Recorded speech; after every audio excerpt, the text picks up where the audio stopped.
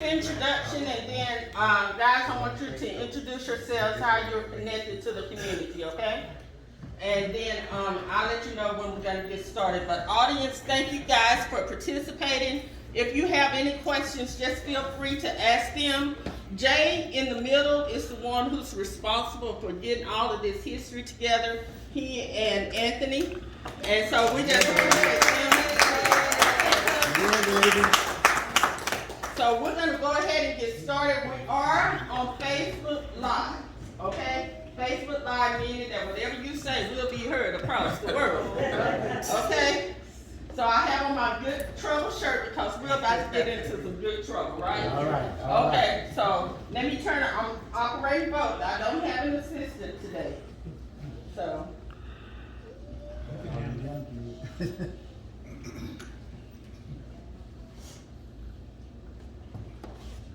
Hello, this is October the 15th, 2022, and we're here to celebrate Bethlehem, designated as a historic.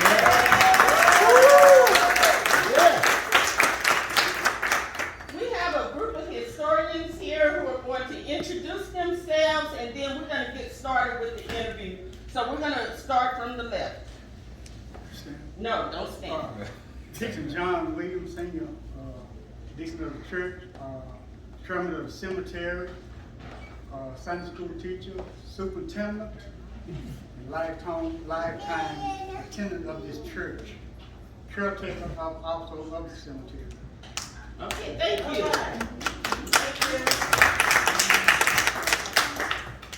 I'm Reverend Bobby Williams.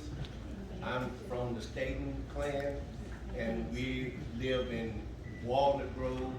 Been there on a family plot for all our lives, and our great-great-grandfather our grandfather was Alton B. Staten.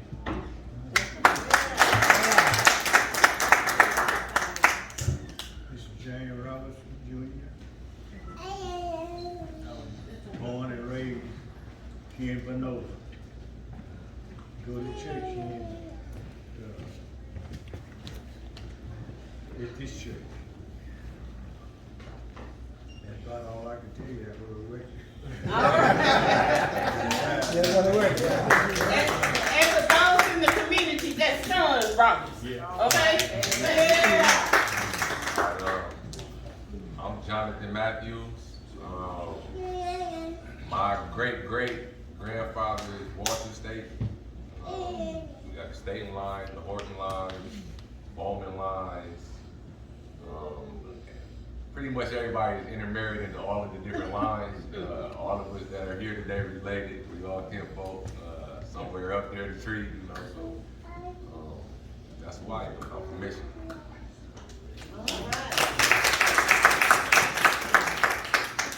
My name is Anthony Price. I was born in Rapid Road, Marshall, Texas. I was raised in Houston, Texas. My mother's Dorothy Horton.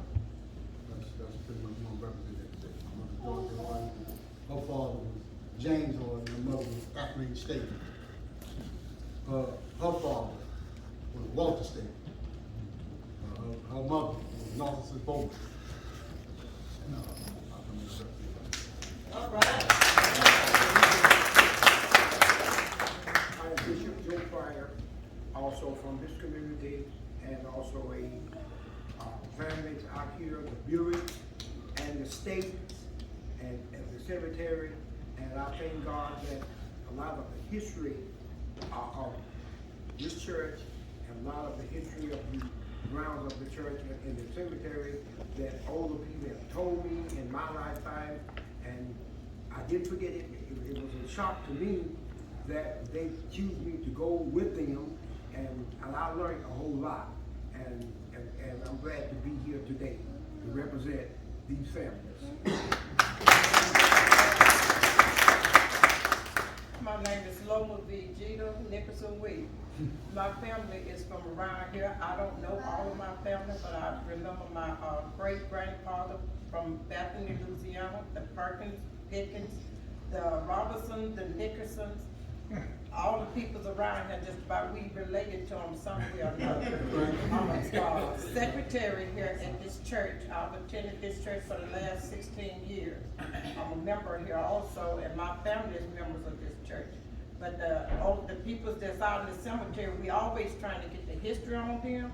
And I just recently found out that there was some Nickersons out there. And we not sure if we related or not, but I'm sure if we can find somebody to trace it down, everybody in here is kin people.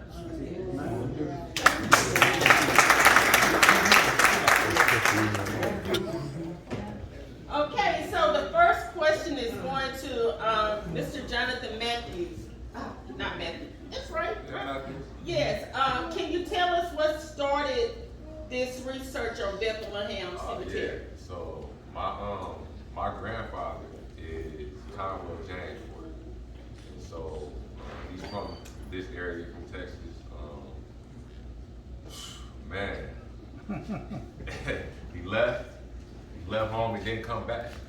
And you know, a lot of times in our lineage, you know, we don't speak about our childhood, and kids don't ask, you know, and so it's like kind of uncharted territory. And so one day my mother was sitting out here, Linda Matthews, she and my uncle James Horton, who's out here, and all of their siblings, they, you know, kind of asked, you know, Dad, who are your people?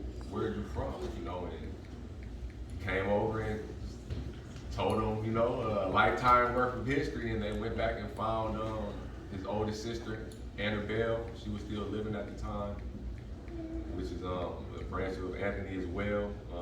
That was about what, 13? How long ago was that? How many years? Yeah, so that's what started it though. That's what started it when we got down here, and he started telling us all of the stories of, you know, where we come from and where he went to school at and who he knew. And I say it's different when you hear the stories from somebody that actually seen, you know, these people. It's not something that you just reading about, or you know, it's coming from somebody that knew them, and his father and grandfather knew them. And I say it's a lot of history, so that's what started it off. For the most part, is him dropping that bomb on us that, you know, he knew everybody. And so when he passed away at 89 years old, he passed away with his mom. He never had any memory loss or anything of that nature. He went to the casino the same day he passed away.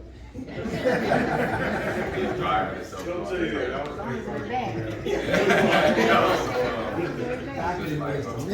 But no, it was a blessing that we had. Like majority, I'm 36, and so for the majority of my life we had it. You know, so it was just fortunate that we had him long enough to tell the story. And then the unique thing about it is, although he was gone in Texas so long, my uncle Anthony here was raised by my grandfather's parents, James Horton and Avenue Estate. And so, you know, we got to mesh together all the things that he heard and all the things that we heard. And he actually got to meet my grandfather before he passed. They all came down here, and Anthony and a lot of relatives went back to Michigan to meet us. And so that's what started. Okay, good. And I guess we need to ask Mr. Williams, what are the names that are represented out in the cemetery?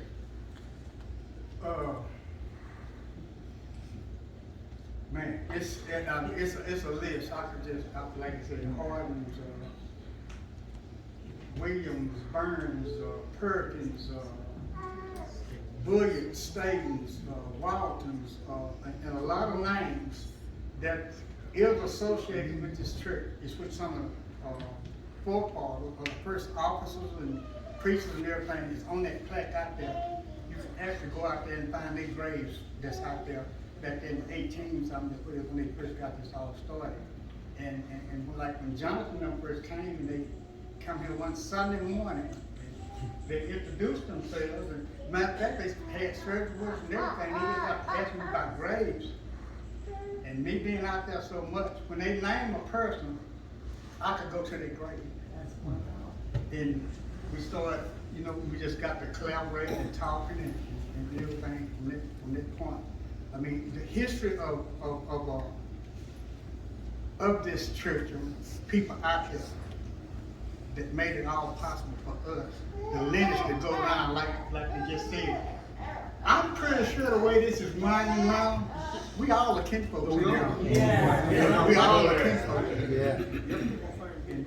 And my mother tried to get her to participate, which is about the oldest person in this community now, in this neighborhood. Knows a whole lot, but she quiet. But she always asks about this and about that. And when she asks, and when somebody, I even had people inquire from California, asking about, look up somebody's record. And most of the time, I don't care about them, after doing this almost 30 years, riding on them lawnmowers, going by hits on some sticks. So when you ask me about a grade, most times a picture coming out and just about tell you right where their grade is. So it wasn't until Mr. Matthews, I don't know if I contacted, I think I called him, that the Statons, Bobby, the Statons are out there, and I didn't realize it was so many Statons out there. I remember my mom talking about the Statons. So, Jay, if you can connect us with the Statons. How we are connected. Uh-huh. So going back to you all read the article, going back to the 1853 slave record of Bean. She married Bayless State, and so Bayless had a lot of children, a whole lot of children, a lot of children. We are from the lines of Bayless children, so they come from Laura's line. She's the daughter of Bayless and Bean. We come from Walter's line. Then you have Cheryl Crockett. She's in California, and she's from Wiley Staten's line. I think Clara is out there. Clara Staten. But yeah, it's just, that's our Staten line. That's how all of us connect with Bayless. Okay, son Robinson. Okay, you've been in this community all of your life, right? You and Lola and I think Mr. Pryor, y'all all been here all of your life. Did y'all know all of this history, all the connections that we have? Well, I know we came to Allen, Robinson, Williams. We got everybody in here kinfolk. Because see, when you name them, find out who their last name is, we all related. If you don't mind me asking, how old are you? What I mean? How old are you? 81. 81. Mr. Pryor, how old are you? 77. Okay, so I'm gonna go to son first and then we'll come to you. What kind of changes have you seen in this Bethlehem community? That's a $64,000 question. Well, Mr. Williams got a checkbook. He can get He can get back on that part. Well, just to go on, like I said, I done heard a lot of stories from a lot of people that's gone now. Even my mother and even from him. Quite natural. Most churches way back then, guess what they were? The school also. I can remember my mother and some of my uncles even talking about how they went to school here. As a matter of fact, the historical bell, if we used to have a belfry up in here, I got that bell at home. A woman come up my house and offered me $10,000 for that bell.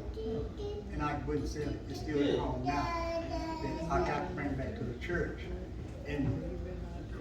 But my mother talked about how she went to church. She talked about how first and second grade. He may not get no more than the first and second grade, but at that time, that's for they could almost up. When you learn how to write your name, say ABCs and everything.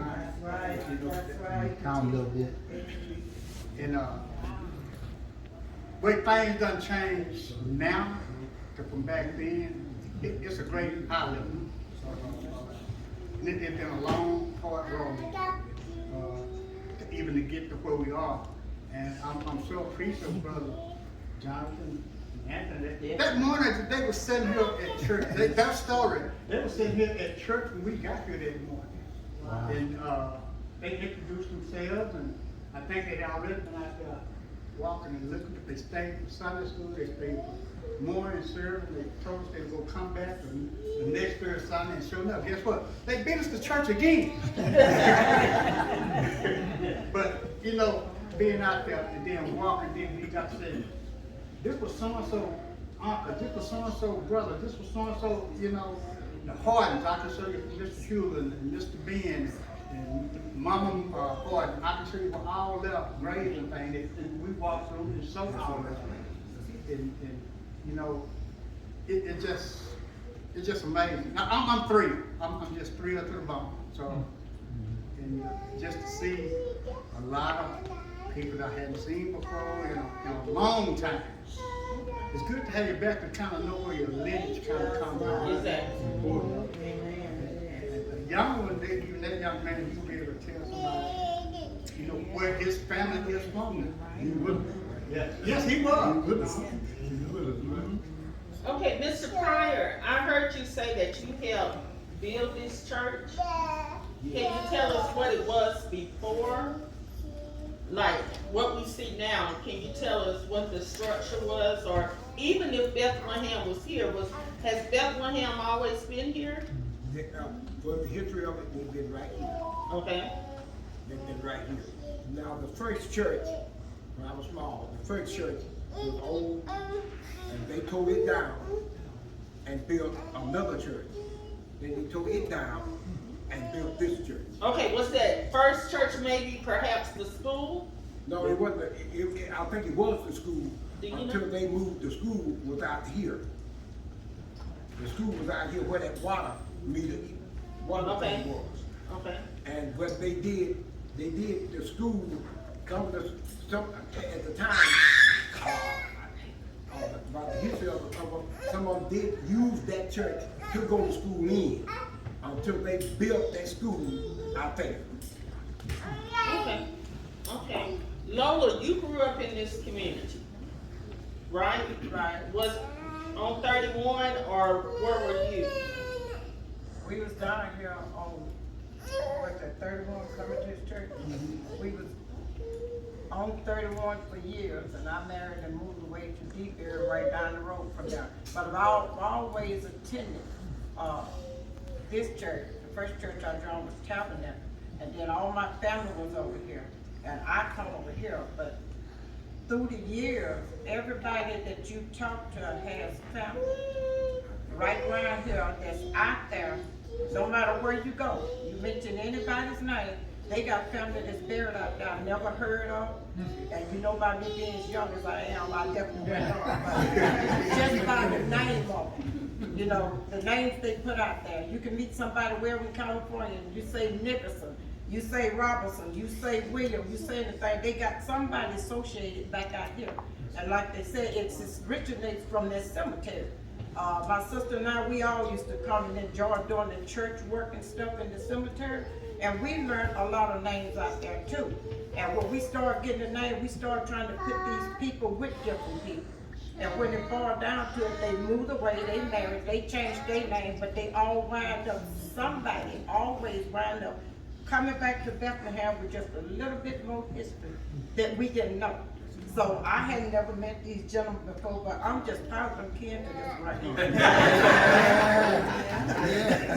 now. I'm grateful for the information that they brought and the little knowledge that we have. We just that much closer every time, really learning the true history of this cemetery stuff. And we had tried on our own to get out there and try to make a lodge or something to start with the names of people.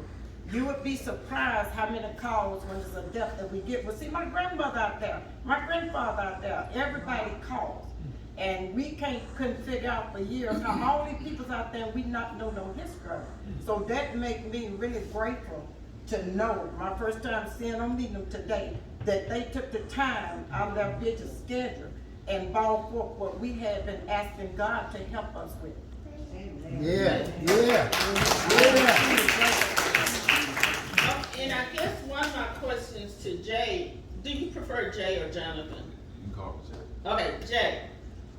When I look at Bobby Williams here, and he comes from the Staten line, I never knew, I remember, like I said earlier, my mom did talk about the Statens, but we always knew the Statens and Williams to be in the Walnut Grove area. So how far does your research, because you was telling me about even the Hortons in the 1100 community. Right. Okay, can you elaborate a little? I say you're going back to the, 1800s. You're going back to the late 1700s, 1800s.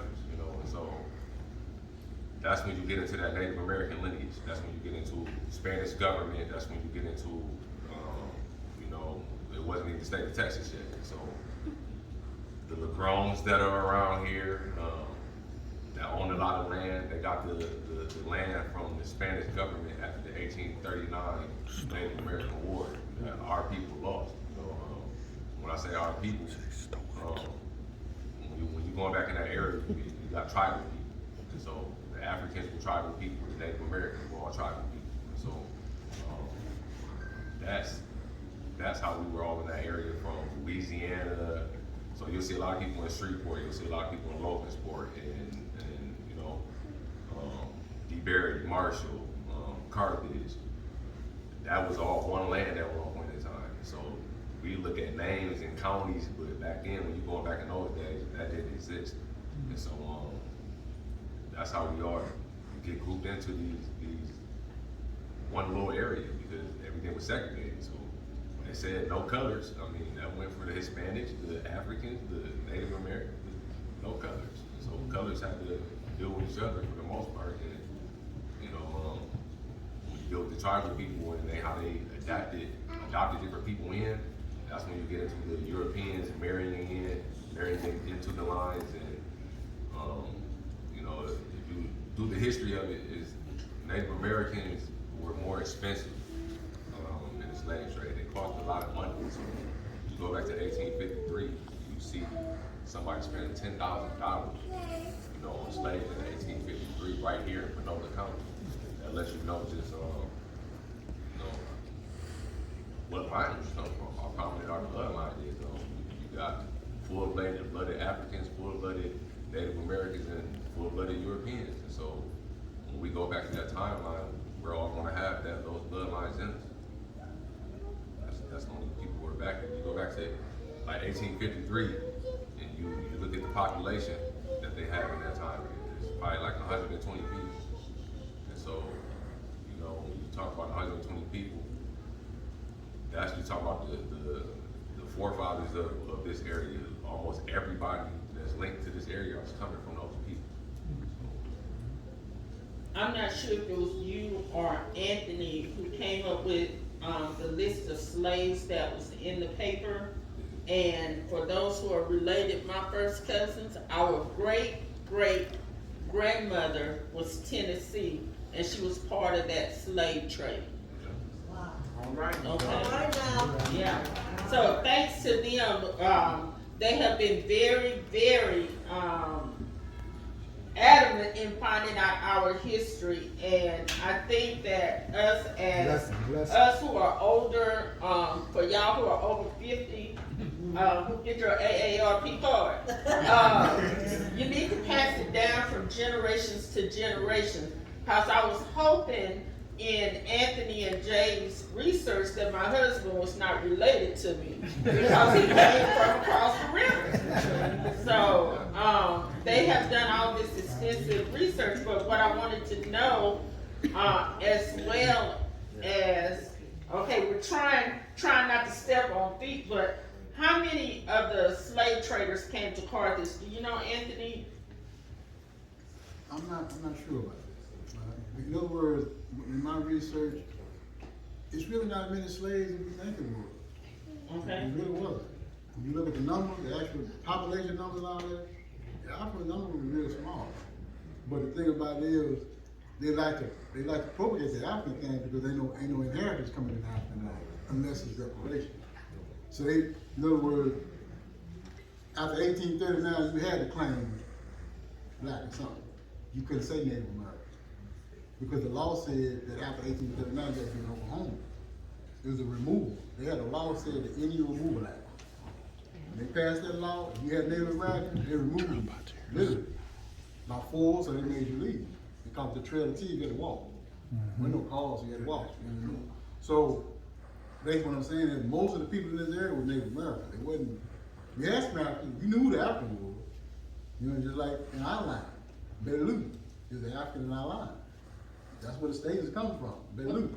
Can you tell us what's the Trail of Tears for us who are not familiar with that? They call it the Trail of Tears because when they had the Indian Removal Act, all over this whole United States, Mexico, all of it was Native American, all of it. So when they had the removal, the white folks said, Native American, wherever you at, you got to get to the reservation by a certain time. If you went at the reservation at a certain time, they come through and they saw you, they lock you up, they get you up out of here. It was a removal, it was forced removal. Separated from your family, that's why we got family in Oklahoma. Some of the family left, all the family didn't stay. Some family went to Oklahoma.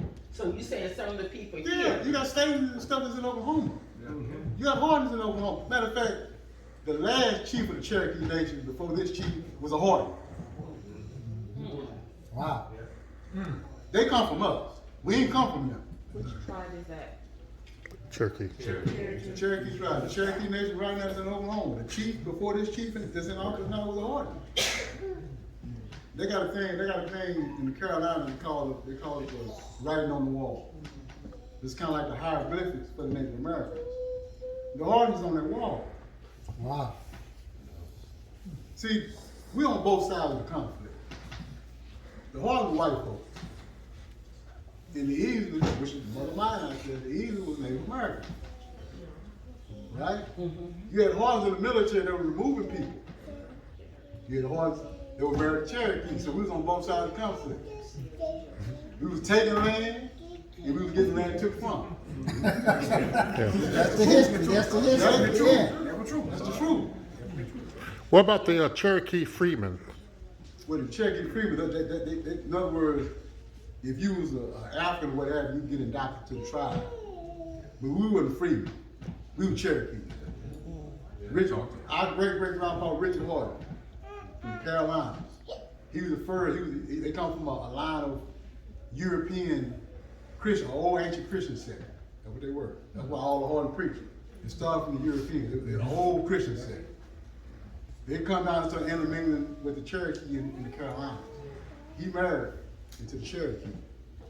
The white man, Richard Hardin, married the Cherokee. They didn't like that. Because Richard Hardin, this particular Richard Hardin, was like the namesake of the Hardins. Every generation you got a Richard Hardin. Every generation you got a Richard. I got an uncle that's a Richard Hardin. Every generation got a Richard Hardin. That was like the namesake for him to marry a Cherokee. That's like through everything. That makes the whole family. They're like, oh, no, you can't. But that's what he did. So they migrated. They migrated from the Carolinas down through Louisiana all the way to here. Because all of it was Native American land. They were being forced out of there. So in order for them not to go to Oklahoma, they could have went to Oklahoma. They wanted to be free. This wasn't Texas. This was just land. This was the Cato land. Cato Indian, this was their land. Most all this stuff around was Cato land.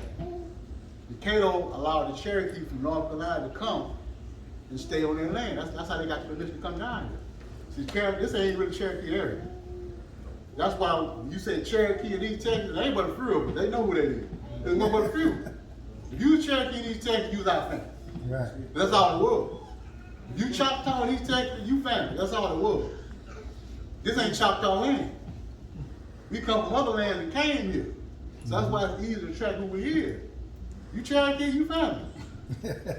That's all we're here. Okay, let me ask Bobby a question then, because Miss Karen, his mother, beautiful lady, and she had the long, pretty hair, and we always thought, she's not all the way us, But do you know where she came from as far as it was Indian, but what was it, Cherokee or Choctaw? Do you remember? Well, she never talked about that much. Like I was telling them, we never did know much about Papa State, Alpha State. We didn't never know much about his family history. for the history. That's, I thought we were so glad that they brought us up to date.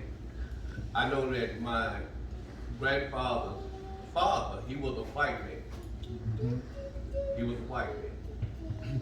And he would always come over here and we would go down there where Judge and were and we played and then race the stadium. That's it. We would always go over there. And we had some other kin people, the Ricky Staten, the Roy Jean Statens and all of them. We would go there and play with him. Now they were Statens, but they were darker than what we were. And I didn't know, I was trying to figure out how they got to be dark. They got to be who we were. But no, as far as the lineage, we knew that my mother's mother was Perkins. Her name was Carrie Perkins, Glory Perkins. And she's buried out there in Centennial. Okay. Great. Okay, that's interesting. Someone from the audience did have a question. Okay, what's your question? You was talking about the Hortons, and there was a family at San Robinson you know about also that I know that hasn't been talked about. Maybe you didn't know it, look it up. But my question is, did you come across anybody, the Mayfields? Yeah, they there. She's out there. Mhm. That is Mac Thomas Sr.'s Mayfield mother, and she was, I'm not for sure if she was a Cherokee Indian. They live right down, used to live right down 31 there. And there is another family that I haven't heard is a McKee. Now, McKee, that's it too. if I'm not mistaken, I think his name is out on your, Yes, out there, you know. And the Mayfields, if I'm not mistaken, I think they was in the late 1800s, early 1900s. I don't know. Charles Thomas, most of y'all know Charles Thomas from here. That's his grandparents, great grandparents that I'm talking about. That was in this area and in this church and buried out there. Oh, and Please, Jonathan, you did. I can answer it. Yeah, I have seen the Mayfields. And it's crazy that you mentioned the Thomas, because when we seen it associated, that last name is associated with Judge Thomas. Okay, I don't know if you know who Judge Thomas is, but he's way up there. Way up I've the heard tree. that. I've heard Yeah, that. so yeah, I say that's why we have the McKees. So on the first original land grants, we know that he was had to be a Cherokee descendant of some or colored because he couldn't read or write. So somebody signed his signature form and he put an X next to it, but his name was Henry McKee. And so and this was back in 1870s. That's why I said. Then you have Henry's son, Henry McKee. For some reason, he changes his name to my grandfather. One of my great-great-grandfathers worked for my fourth generation with Bayless. He changed his name to Bayless McKee. And so Bayless McKee's son, Jasper, is actually buried out there. That's You know, right. so that's what it is. We know. Wow. Any other questions from the audience? I got a question. What about the Tatums?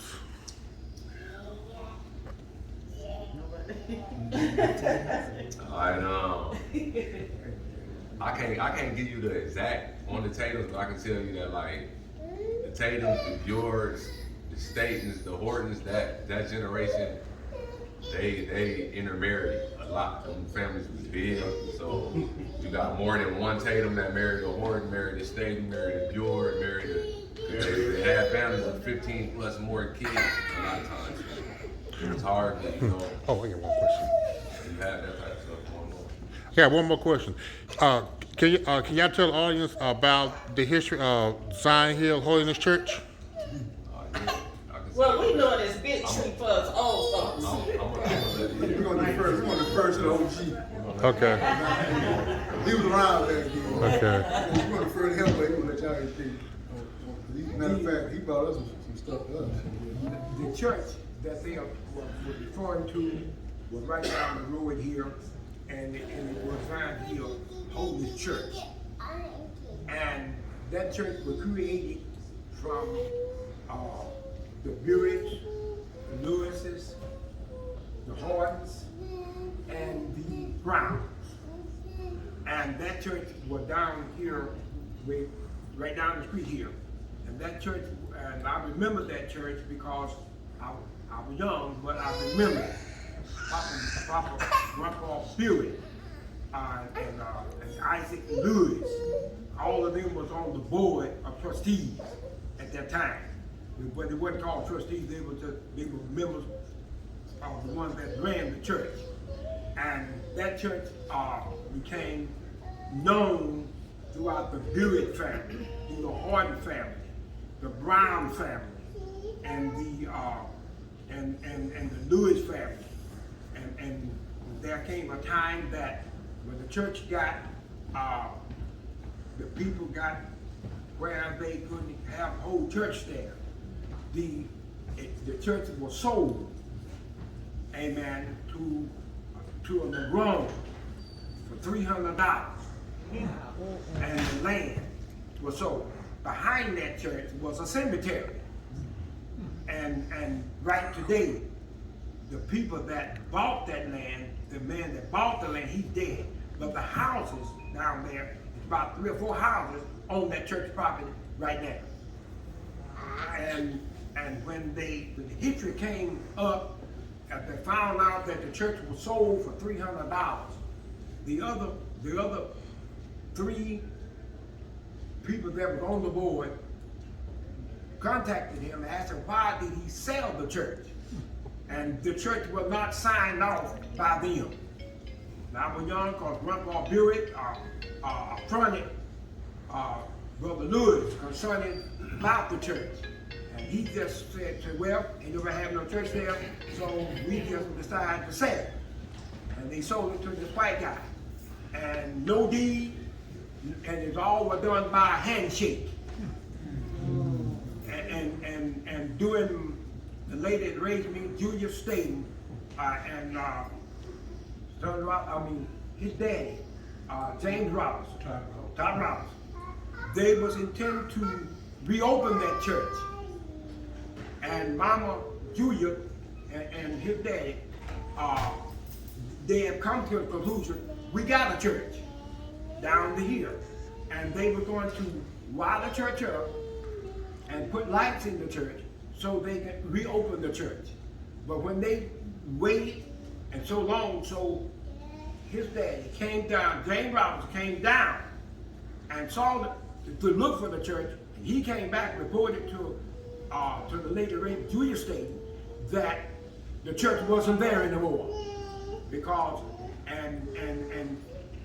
in all of it, the church was sold, they had told Mr. Lewis, well, we don't want the church, we're gonna tear it down.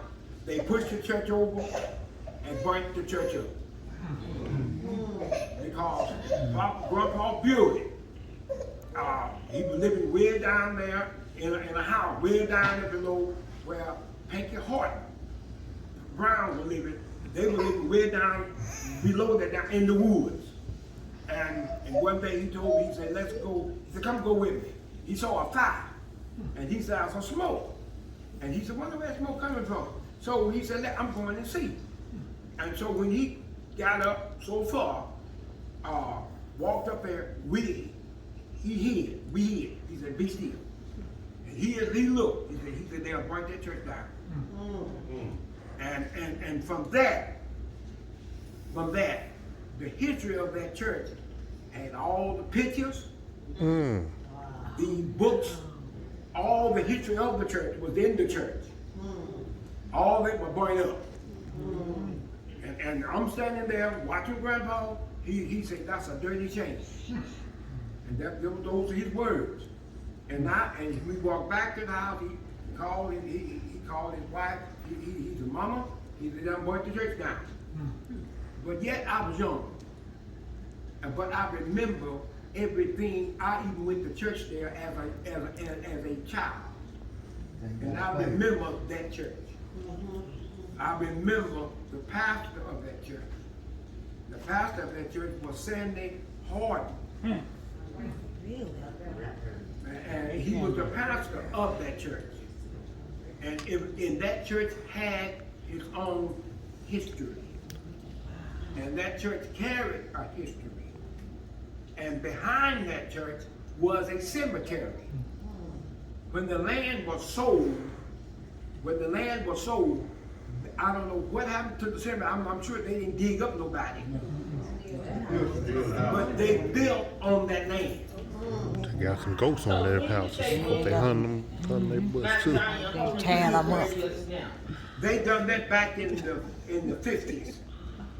They done it back in the Say 50s. boot to they white stuff. Mother, she was a state, and she sent for Ray McMillan from Choctaw, Louisiana, and he came and she started that church in a bedroom in her house. Then they began to get larger and larger, and so they built the church, and they bought a building from Carvick, Brown Lumber Company, and they paid $100 for the building. The building tore it down and built Big Tree, Church of God in Christ. That's what they named it. Then from there, Ernestine, which was my cousin, that was Jetty Robinson's daughter. It was a big hickory tree sitting right in that yard. That's right. And right in that yard. So my cousin looked up in the tree. She said, "Ain't you?" She said, "Let's name the church." Mama said, "What?" "Let's name the church Big Tree." And they named that church Big Tree, Church of God in Christ. And then down through the years of that church stayed there. It sat right there. And Mama Julia sold some of the land that she had, that she bought from Ola Carter, Hugh Carter, and built that first church. And it was Big Tree, Church of God in Christ. Then after so many years, some land was bought up on 31 from Herod Lewis and Viola Lewis. That's right. And that church was built where it is now. Ella Walter, John W. Walter, became the pastor. Ella Ray, Ella Thompson was preachers. Then after they died, Ella Walton, Wes Waller, became the pastor. Then after Ella Walton died, before Ella Walton died, they moved the old church up there, where the new church is now. Then they added to it. Then they decided to build a brick church. And they built that brick church, and that brick church is there now. Mason, that boy. And so it's a lot of history. It's a lot of history. I was just telling him a while ago. I did run into a few years ago this white guy. No, there was some slaves in Carthage. His daddy got the records. The man that's got the records works in the former state bank today. And since he was mentioned, I will contact him and get those records. And he have when the first black church was built and everything. The history of this church down here they burned up. He got that record. So there is a history that went on, and this guy that works in former state bank were trying to get a book, all the churches and all the people that had slaves, that came to God. Remember, he wanted to make a book and write a paper of all the slaves that came. There were slaves in Carthage. There were slaves in Gaul. Excuse me, brother, let me ask you a question. You say all the documents was burned up in the church? All the documents were burned up in that church. Well, before I leave, I have to talk to you because my great-great-grandfather died a year before I was born. You knew it personally since you are. What's his name? Who he was? Since you are. Yes, yes. Okay. So it's a lot of history.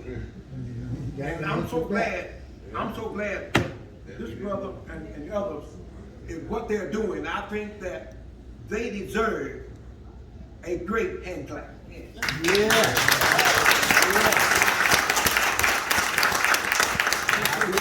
God be the glory.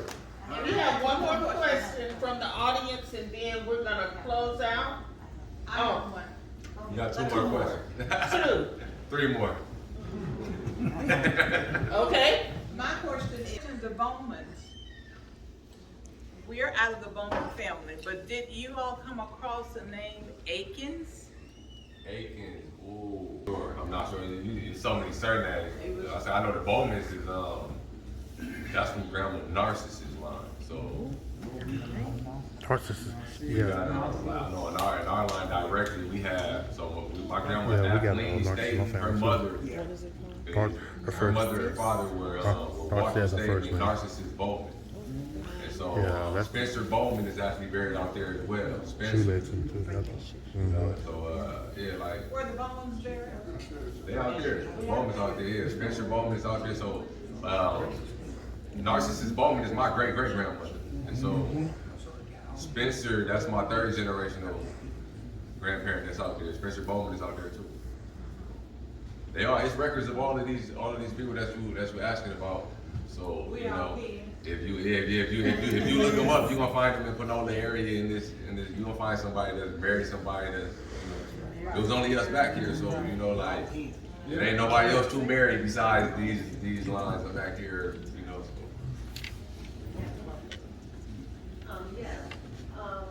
Like I said, we're from Michigan.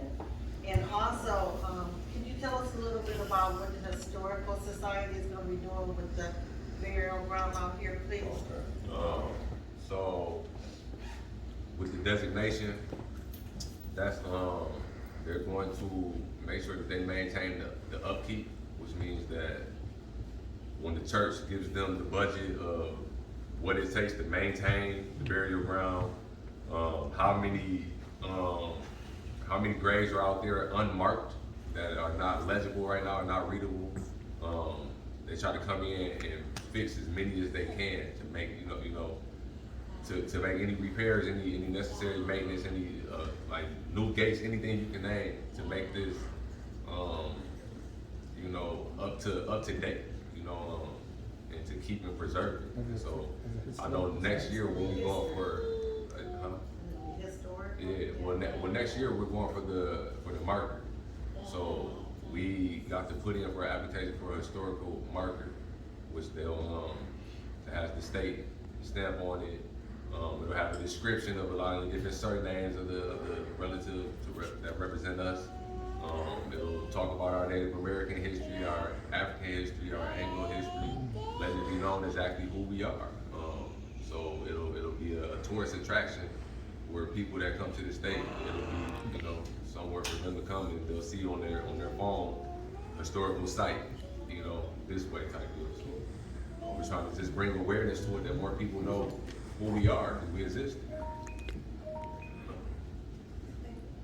Okay, that's awesome, because at 3 o'clock, that's when we're gonna have the actual ceremony, where I'm not sure who's presenting the historical, certificate, but at 3 o'clock, we'll meet out here at the cemetery.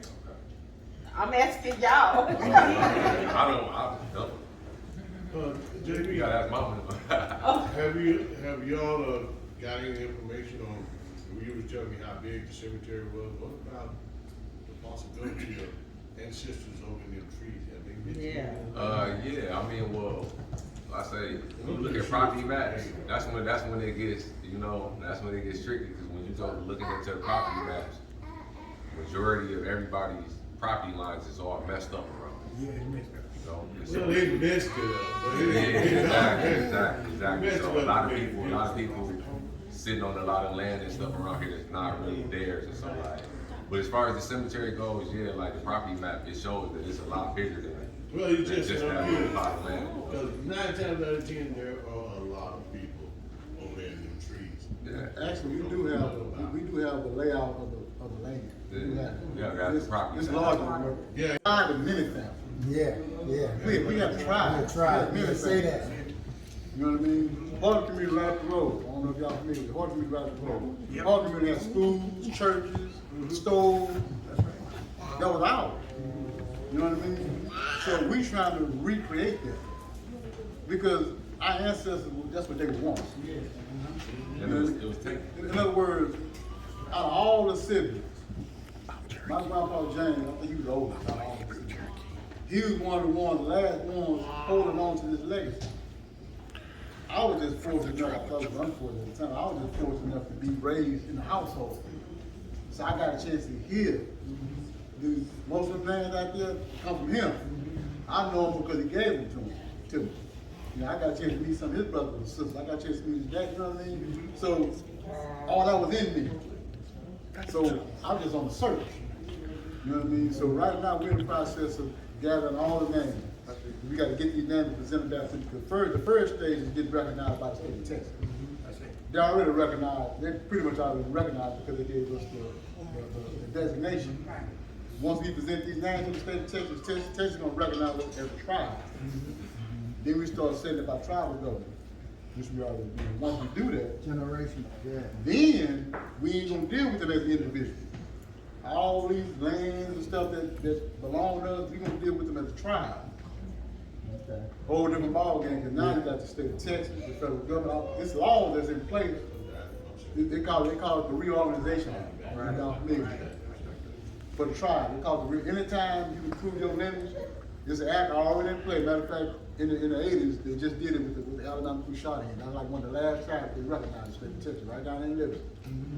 They did the same thing we doing. So we at the state of the process now, we need whoever the head of the household, how many people in the household? Head of the household, how many people in the household, their age, and their sex. Once we get all of them, we got the registration open all the way to the end of the year. Once the end of the year open up, we're gonna gather all the information in, we're gonna put it together, we're gonna submit it to the state of Texas to get recognized as a tribe. The reason we doing that though is because we know a lot of people when they study their lineage, especially in this area, they hit brick walls. You know, like we get that so much. People like, well, I'm hitting a brick wall right here, and I do ancestry a lot, so I'm seeing. I can tell them. I can look at them and see like, no, you come from this line because we share all of these DNA matches, and they all come from this line. You know, so it's like that Native American bloodline.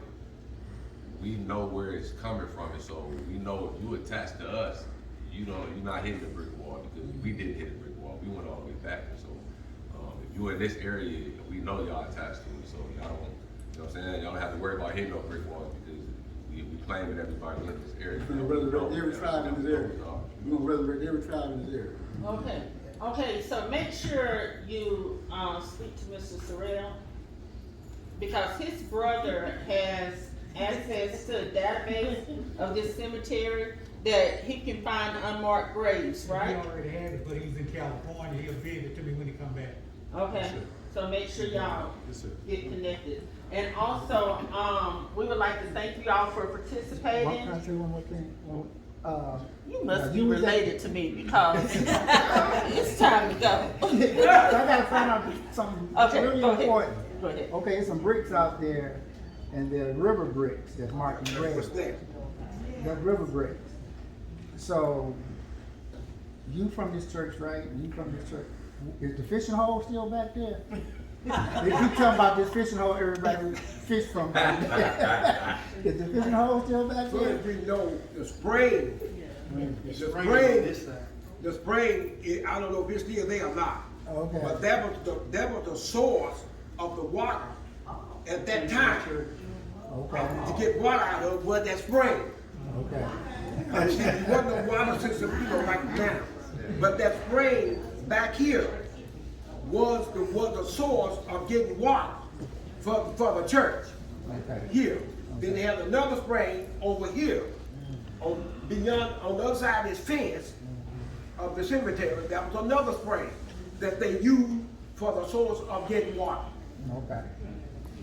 Okay. And the baptizing food they used to have may have been a fishing hole, but it's a pond right on, what's his name? Prince, yeah. Yeah. Back over there, the baptizing was in a pond right there, across over here. Okay. Okay.